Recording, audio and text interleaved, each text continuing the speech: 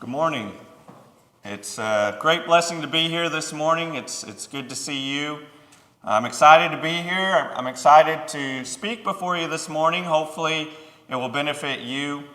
I'm especially excited because we're starting a sermon series for the next 6 sermons, including this one. We're going to be talking about family relationships. Family relationships is the title of this sermon series. So a group of us got together and collaborated together to put together this series. So hopefully you find it beneficial. As we got together, we chose a central verse, a key verse to focus our series on. And that verse is, as you can see on the screen, Psalm 127 and verse 1. It says, "Except the Lord build the house, they labor in vain that build it. Except the Lord keep the city, the watchman waketh, but in vain." The first part of that verse says, "Except the Lord build the house, they labor in vain that build it." That word house is just a King James way of saying family. Or we may think of household, the Murphy household, Springer household, family. So except the Lord build the family, they labor in vain that build it. Unless the Lord is the one laying the foundation of your family, you're building your family in vain. God has to be the center, the designer, the foundation of your family. Otherwise, your family's not going to function the way it should. And so that's our central verse, and we'll refer back to that verse many times throughout this series. This is the order of the series for the next 6 sermons. We'll start with God's plan for the family. That's this morning. And then we'll move on into the details of various roles in the family, the husband, the wife, parents, children, and we'll end up with the church family. Brother Joel will speak about the church family next Wednesday and close out this series. So let's start with God's plan for the family. This is kind of just an introduction to the family, an overview of God's plan for the family. First question I want to ask is, why do this? Why did we put together this series? Why are we studying the family? Why is it important to study about family relationships? Why are we doing this? Why is that important? Well, a simple answer is this: because we are imperfect people, part of imperfect families. You see, this series is not for the world. It's not for us as the church to judge the world and show the world how they're building their families wrong. This series is for us. It's for everyone. It's for the church. And we are imperfect people. And since we are imperfect people, we all make up imperfect families. In other words, flawed families. And I use the word imperfect, I mean flawed. We are not perfect, and neither is our family. And we all have room for improvement so we can improve our families. And that's the goal of this series, to improve the state of yourself and the state of your family. Whatever state your family is in, the goal is to improve that state to be a more godly family. And this series is not just for families that look like typical families. This series is for everyone. Whether you're a part of a large family, all living together, or perhaps you're living alone, this is still a series for you, and particularly Joel's going to talk about the church family. If you're a Christian here today, you're part of a family. So there's something in this series for everyone. No matter what condition your family is in, I believe there's something we can all gain from this series on family relationships. So that's the goal, to improve ourselves and our family. I want to start out by talking about the condition of our society today, the condition of America. And I pulled some statistics off the internet. I'm not a huge fan of statistics because I think they can be manipulated. You have to consider all the factors. But I do think these statistics show the state of our society today. 40 to 50% of marriages in the U.S. end in divorce. Again, you have to consider the source there. I have the sources in the bottom right. I know you can't read those, but if you want to see them, I can show you those. This is the American Psychological Association. 40 to 50% of marriages in the U.S. end in divorce, and that's according to that source. 23% of children in the U.S. live in a single-parent household. Again, you have to consider all the underlying factors. Perhaps a spouse passed away, and so they're left with a single parent raising children. But also we know there's many times where the situation is a spouse or a parent abandons their family. Going back to the divorce rate, there's divorce, and that's a reason for this. Perhaps there was a child born outside of the marriage union. And typically we think of the father abandoning that family and not willing to step up and build a family with that child. Perhaps he had that child at a young age outside of the marriage union. And so he's not willing to be a father and step up to his responsibility for that child. 23%, that's nearly 1 out of 4 children in the U.S. 37 states have legalized same-sex marriage. And this stat is really null and void because if you see in the parentheses, in 2015, the Supreme Court legalized same-sex marriage for the entirety of the U.S. So really, in all 50 states, it's legally recognized. You can be recognized legally as married to the same sex. And that's just a snapshot of our society today and where our society stands on the family and holding the importance of the family in our society. Those are some statistics to consider. And you know, we can talk about these things, and we do as a society. We debate these things and about divorce and about responsibility, about the roles in the family, and about the different roles of the husband, the wife, the parent. We debate all these things. We talk about homosexuality. We debate that in our society. But you know, I think we're asking the wrong questions. We tend to ask the wrong questions. As mankind, we tend to do that. We tend to ask, what do you think? What do you think is right? We tend to ask ourselves, what do I think is right? What do I feel is right as the makeup of the family? How do I solve the divorce rate in America? How do I solve this issue? What do I think the role of a wife or a husband should be? What is my opinion on what a family should look like? We ask these questions to each other, but that's the wrong question. The question we should be asking is this: what is God's plan for the family? Not what do I think is right, what do I think the family should look like, because we can come up with all these different reasons and logic behind what we think the family should look like, but that's the wrong question. The only question we should be asking is, what is God's plan for the family? Why? Because God designed it. God designed the family. We didn't design the family, God did. And so if we want to consider what the family should look like, we should go to the designer of the family. You know, I work at an engineering contracting firm, and we spec out these different equipment that we buy and procure for our client. And we buy these pumps and other components and pipe and instrumentation. And we buy these things for our client. And sometimes we look at these components and look at a configuration together. And as engineers, we look at what we bought and we try and figure out what a component does. And we try and figure out a certain function that something does. And we get our heads together and we think, well, maybe it does this. And we come up with these ideas. But really, when it comes down to it, usually we have to go back to the manufacturer, to the vendor, to figure out, what does this component do? What does this function of this instrument do? Because when we try and come up with it on our own, we usually get it wrong. And we get the answer back from the vendor and we say, oh, okay, well, that's what it's supposed to do. And we were totally off on that. Because the designer knows best. The one who manufactured the product knows what the product is supposed to do. They designed it. God designed the family. So what better source can we go to than God to figure out what the family should look like and how the family should function? So we need to go to God for His plan for the family. So I want to look at 3 things this morning: God's design for the family, the makeup of the family, the importance of the family, and how to build a godly family. Let's look at the design of the family. What should a family physically look like according to God? I think the only place, the best place we can go to is the beginning. The beginning is, as the song goes, the beginning is a very good place to start. And that's where we should go for the design of the family, because that's where God designed the family, at the beginning. So at the beginning, day 1 of creation, God created the heavens and the earth. We go forward just 5 days, day 6, God created the family. Genesis 1 verse 27 says, so God created man in His own image. In the image of God created He him, male and female created He them. So on day 6, God created male and female. He created us as mankind and also created our relationships together.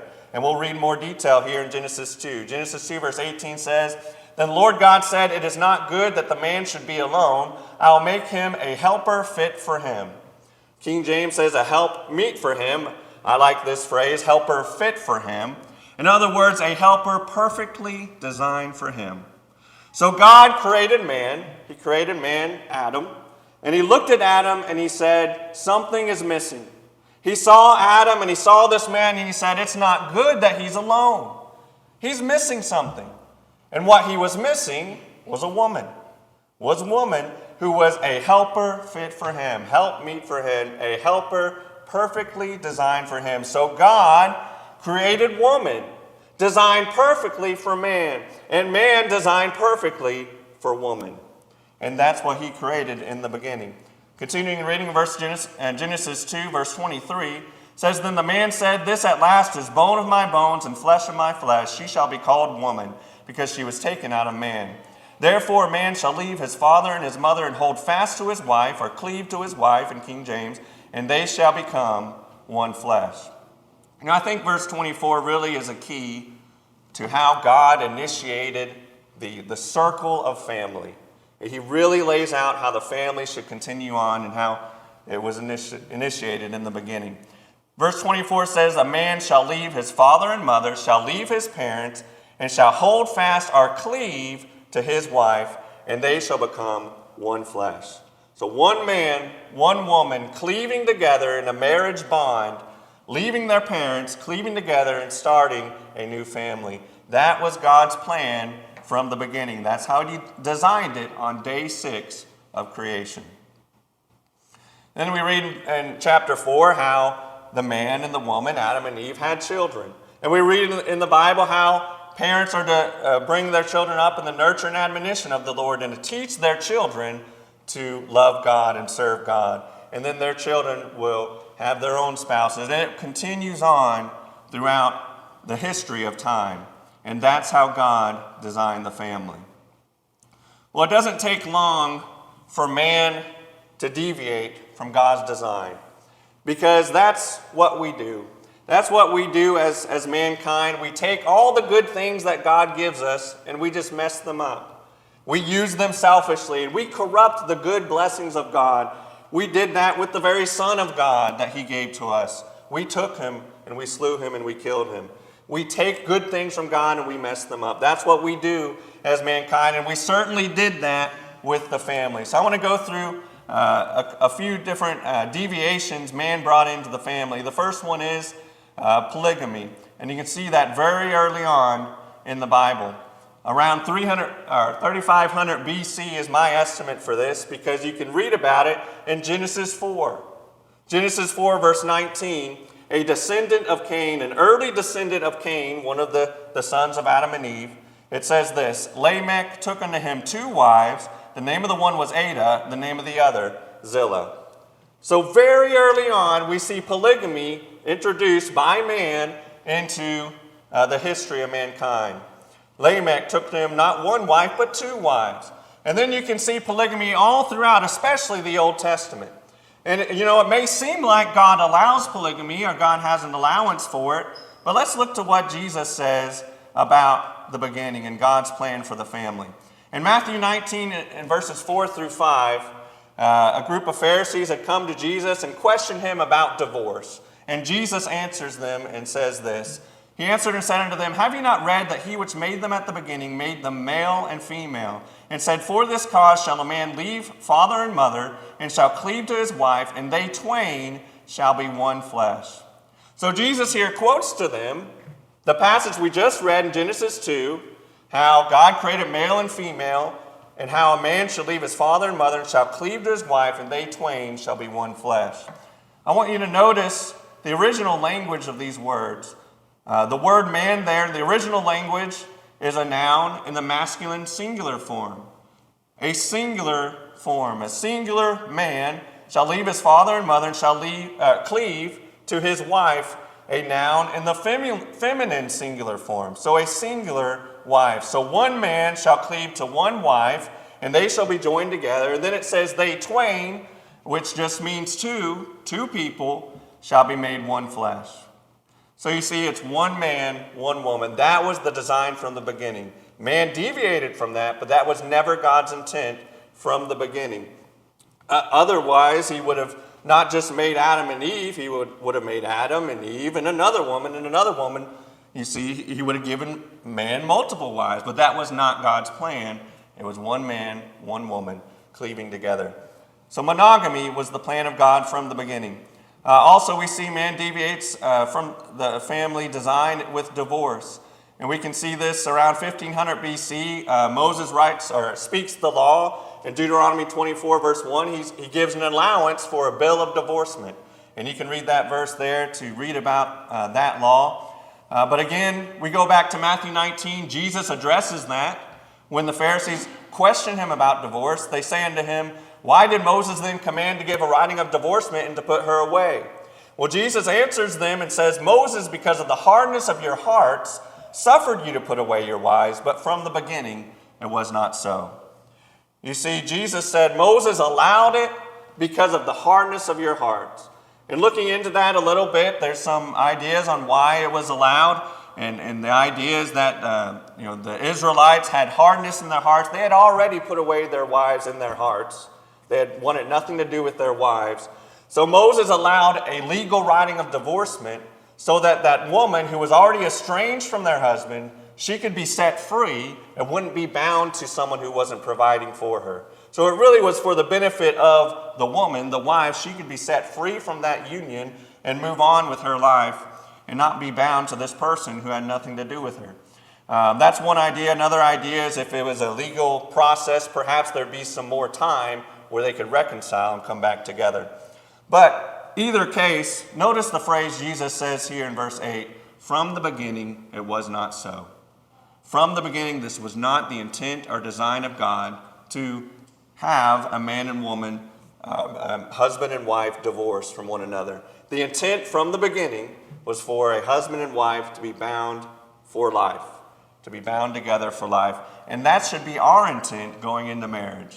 Not to give up when the going gets tough and when time gets hard, when we get tired of the other person, but to be committed for life. That's God's design. That should be our design, our intent as well when we go into the marriage union. But divorce was brought into the scene around 1500 BC.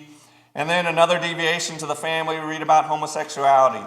And we can read about that practice in the example of Sodom and Gomorrah around 2000 BC. Genesis 19 verse 5 talks about the men of Sodom. It says, they called to Lot and said to him, where are the men who came to you tonight? Bring them out to us that we may know them carnally. So these men of Sodom see these other men that Lot is harboring in his home, and he says, these Sodom men want to know these other men carnally, so in a homosexual way. And we see that ultimately Sodom and Gomorrah were punished for their sins, and homosexuality would be one of those sins as the reasoning for why they were punished. And we see God dealing out that punishment. But I want you to notice on this one that there was never been allowance. God has never given an allowance for homosexuality. And you can read this in Romans 1, verse 26 through 27. Paul here writing says, for this reason God gave them up to dishonorable passions for their women. Women exchanged natural relations for those that are contrary to nature. And the men likewise gave up natural relations with women and were consumed with passion for one another, men committing shameless acts with men and receiving in themselves the due penalty for their error. So Paul here in Romans 1, he's describing the unraveling of mankind. And particularly he's talking about the Gentiles and how they chose not to retain God in their knowledge. And because they chose not to honor God, their morality unravels. And part of that unraveling is homosexuality, and that's the result of that. And there's many other sins that they committed. This is just one of the results of not retaining God in their knowledge. But certainly this shows us that this was not God's design from the beginning. If you see in verse 26, it says, these relations are contrary to nature, contrary to God's natural law, contrary to God's design for the family and for sexuality and our relationship with one another. So this is another deviation to God's design to the family. So in short, God's design for the family is this. One man singular, cleaving to one wife singular, and they're cleaving together, committed to each other for life. and not giving up on each other when times get tough, but committed for life and then raising children and the nurture and admonition of the Lord. That's God's design for the family, and that's the design we should commit to as well. Second thing I want to look at is the importance of the family. How important is the family unit? How important is it that we ascribe to God's design? That we ascribe to the roles that God laid out for us in our family? How important is the family to God? Well, I think this timeline kind of shows the importance of the family to God. In this timeline, I have various events throughout the history of mankind, various important events, various times that certain things were established.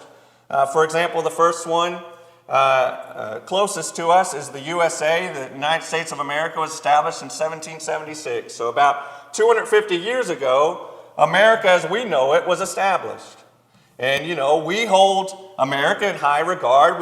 We hold this nation in high regard. It's very important to us. I'm not saying that's wrong. I think we should be thankful to God that we live in a nation where we have these freedoms and can worship God freely. And it's not wrong to hold importance to it. But notice, it was only established 250 years ago. And this nation probably will not last forever. Well, if you go back further, you read about the establishment of the church. Right after Christ was sacrificed, not many days later, the church was established, around AD 30. And certainly we should hold the church in high importance and high regards.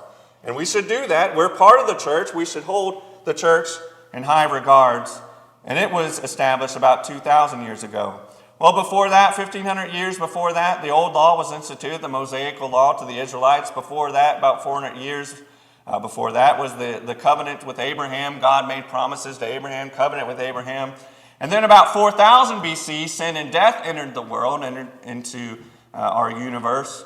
But even before sin and death entered this world, there was what? There was family. Family was there on day 6. Family has been there all along. As long as mankind has been here, there's been family. There's been relationships and family relationships. You think all these other things are important. How much more or how important is family? God created Adam and he said, there's something missing here. There's a relationship that's missing. There's a wife that's missing. There's someone, a companion that's missing. And so he created the family. He created marriage and family relationships. So certainly family is important to God. Family spans all these other things. Family has always been there and always will be there until the time of this world ends.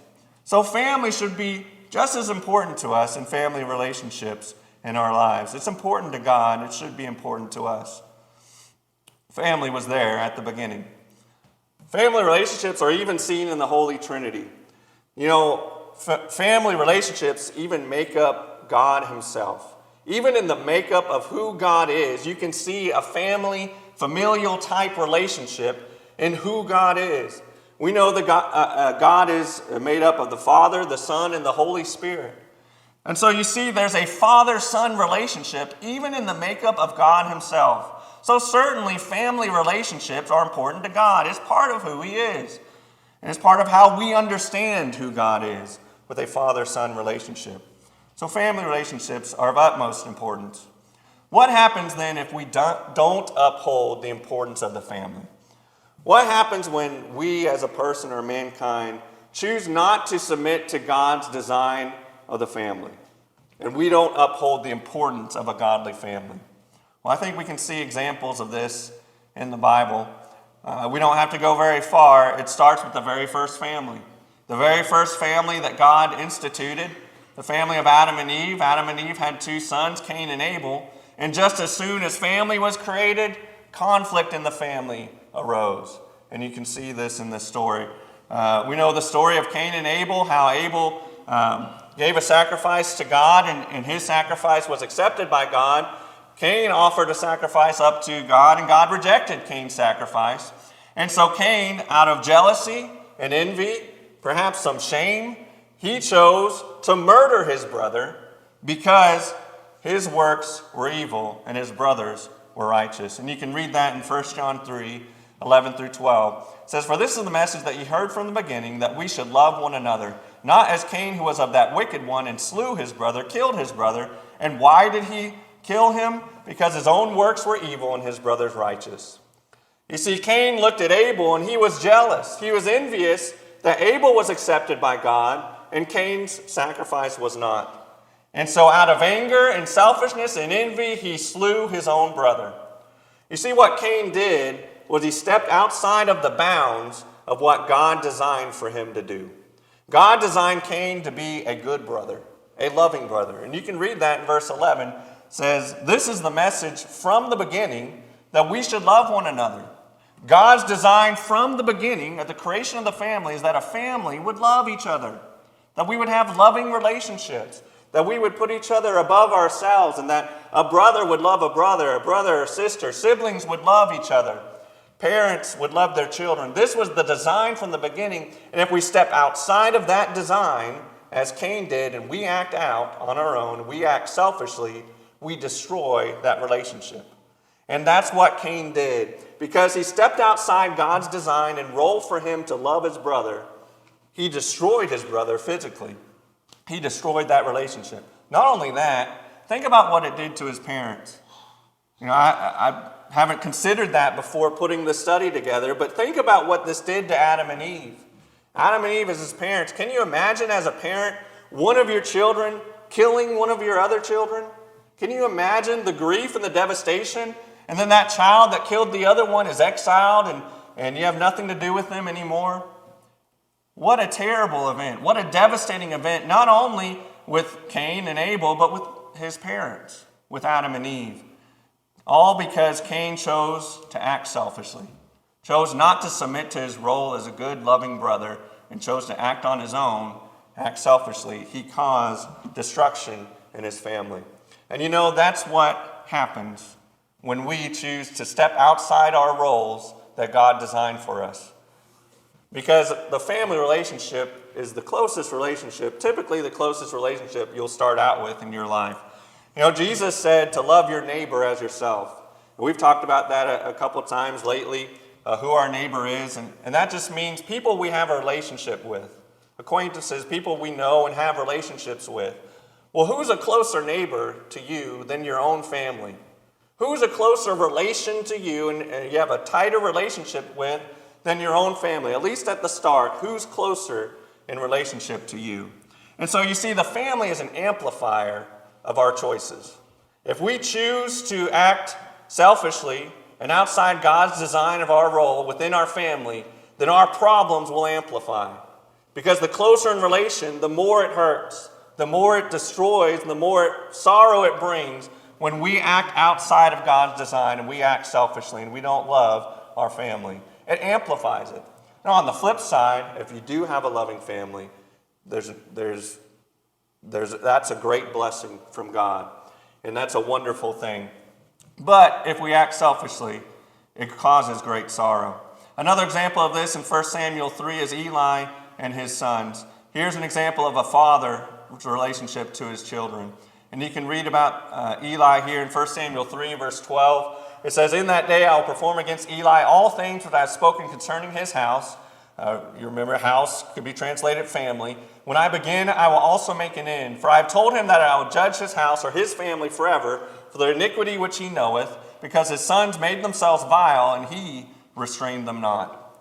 So here God is dealing out punishment to Eli and his family.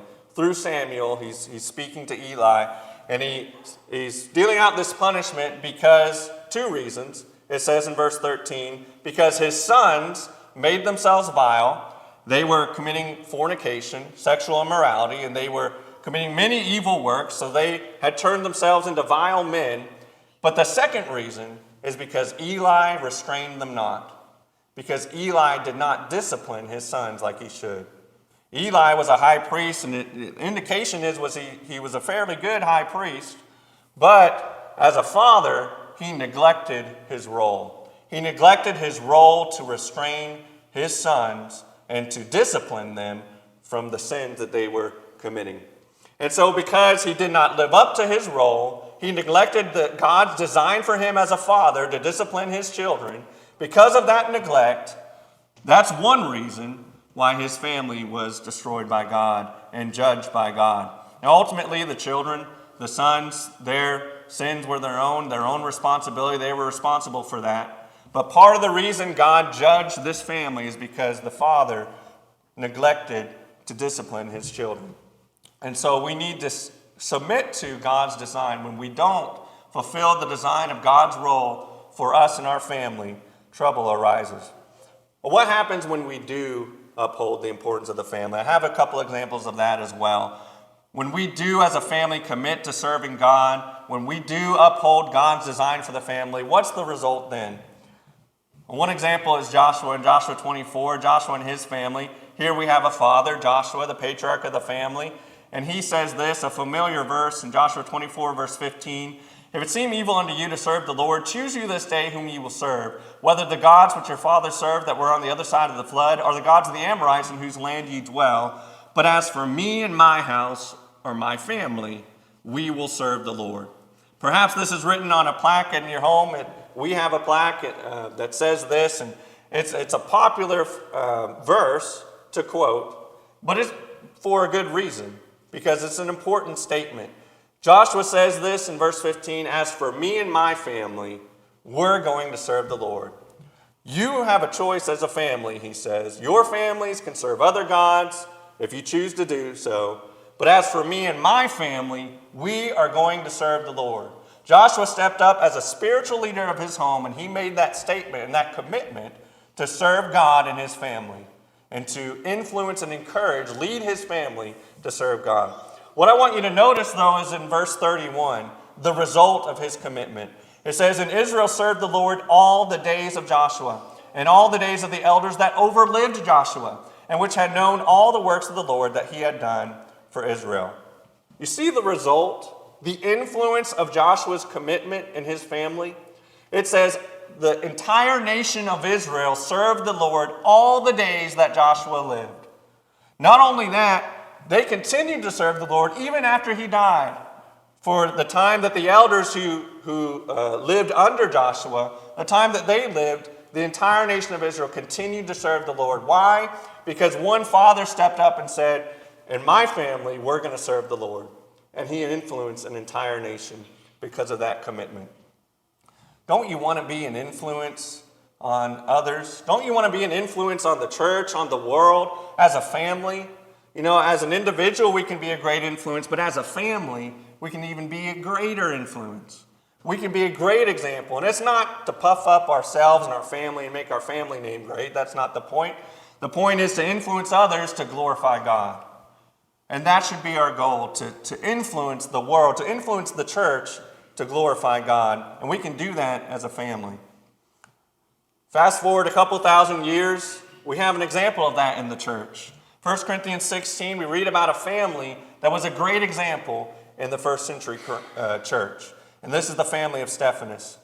In 1 Corinthians 16, verse 15, it says, I beseech you, I urge you, brethren, you know the house or the family of Stephanas, that it is the first fruits of Achaia, and that they have addicted themselves to the ministry of the saints. That ye submit yourselves unto such, and to everyone that helpeth with us and laboreth. Paul here, writing to the church at Corinth, says, you know this family over here, the family of Stephanas. You know this family. And you know that they've committed themselves, addicted themselves to the ministry of the saints, to serving the church, to serving God. What I want you to do is submit yourselves to them. In other words, follow their lead. Follow after them. Follow their example, because they're addicted to serving God. This household, this family of Stephanas had a huge impact on the first century church. And if you read into this phrase, first fruits of Achaia, that just means the first converts in the region of Achaia, what we would call Greece today. And Corinth was the capital. So we can assume that the family of Stephanas was a core family within the church at Corinth, at the congregation at Corinth. And Paul says, look to that family as an example, not to lift up their family, but to lift up the Lord in their example, their addiction to the ministry of the church. That should be our goal as a family. And again, whatever state your family is in, whether if you have a large family or even if it's just yourself, we can all be examples to the church. And we should look to be addicted to the ministry of the church and look to do that as much as we can, influencing our family to do so. That was the family of Stephanas. So a question I do want to ask, though, is what do I do if my family is incomplete? Because we're all in different situations, different conditions. And by the word incomplete, I mean, what if my family doesn't look like a typical God-designed family? There could be many reasons for that. Perhaps a spouse had passed on and so you're left alone. Perhaps a spouse had abandoned you and abandoned your family. Perhaps you don't have any children in your home. Perhaps you're the only one committed to serving God in your family. What do we do in those situations? Does that mean we can't be a strong family and this message doesn't apply to us?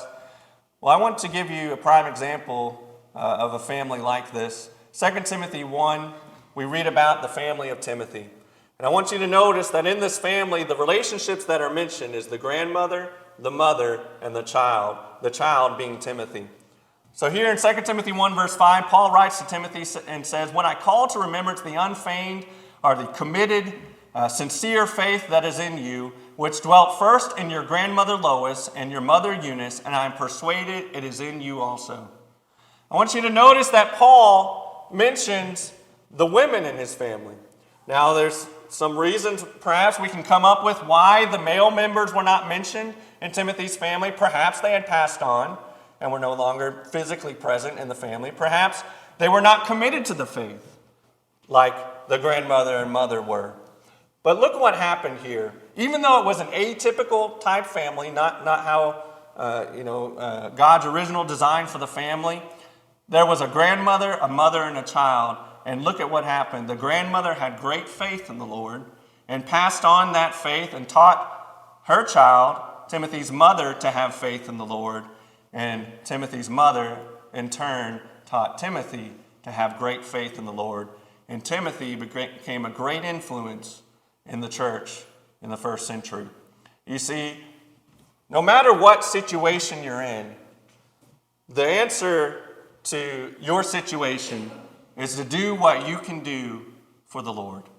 Submit to your role as best of your ability.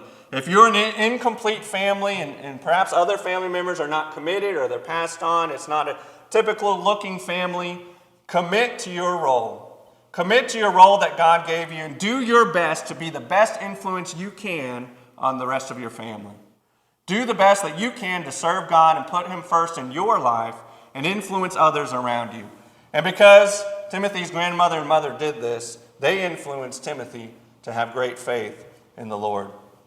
And he worked diligently in the church.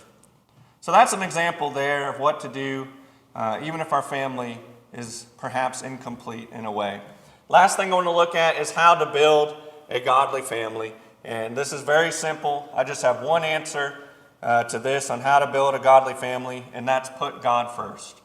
That's the simple answer.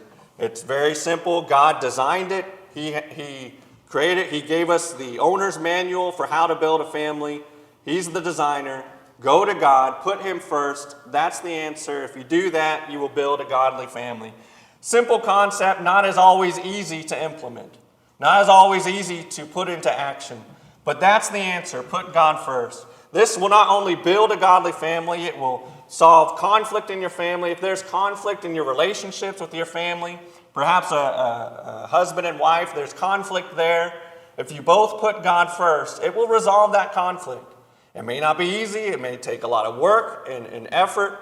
But if you both submit to God's role for yourselves, God's design for you, submit to God's instruction on how to resolve conflict, you love each other as God intended us to do. If you do those things, put that into action, it will resolve conflict and you'll build a godly family. So in this series, we're going to go into the details. We're going to look at the role of the husband, particularly in relation to the wife. We're going to look at the wife and her relationship with the husband. We're going to look at parents and their relationship with children. We're going to look at children, their relationship to the family and to parents. And then we'll close out with the church family. And I think church family fits very well as the roof because it kind of encompasses all of those relationships together under that roof. And so we're going to look at that as well. But the key to all of it is that God is at the center. God is first. And God is at the center of every relationship. If God's at the center, it's going to work out.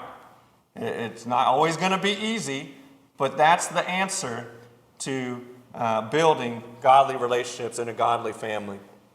So lastly, what does this look like? What does a God-centered family look like today? I just came up with some, I believe, biblical principles for what a God-centered family looks like today. And that is this. A God-centered family fulfills the roles God gave them. So God designed each of us for a particular role, a husband, wife, children, parents. And so a God-centered family will look to God's design and not try and overstep our bounds and do something we're not intended to do, but we'll submit to the role God gave us within our family. A God-centered family will pray together, study the Bible together, sing together, worship together. A God-centered family will communicate spiritually together. A God-centered family will take time as a family to talk about real things, about things that pertain to life and godliness. A God-centered family will have those serious conversations and spiritual conversations together. And a God-centered family will labor together in the church, be addicted to the ministry of the saints. I think these are all biblical principles of putting it in action, putting a God-centered, God-based family in action. And so what I'd like you to do is to assess your situation, assess your home, assess your family relationship. If someone asks you what your family is like and the attributes of your family, would you describe things like this? Would you say, this is what we do as a family? This is what our family does. We pray together, study together, sing together regularly. We worship together, communicate spiritually together. Does this describe your family? If not, let's make this part of our family duties, part of our habitual life within our family. And even if some of these things do apply to you, I'm sure we can all improve on them. I know within my family, there's certainly room for improvement on putting this in action. And so let's put these things in action to make sure God is the center of our family, so that God is building our house. And that's the last verse. Except the Lord build the house, they labor in vain that build it. Except the Lord keep the city, the watchman waketh but in vain. God must be the center of our homes. Otherwise, we're laboring in vain trying to build it.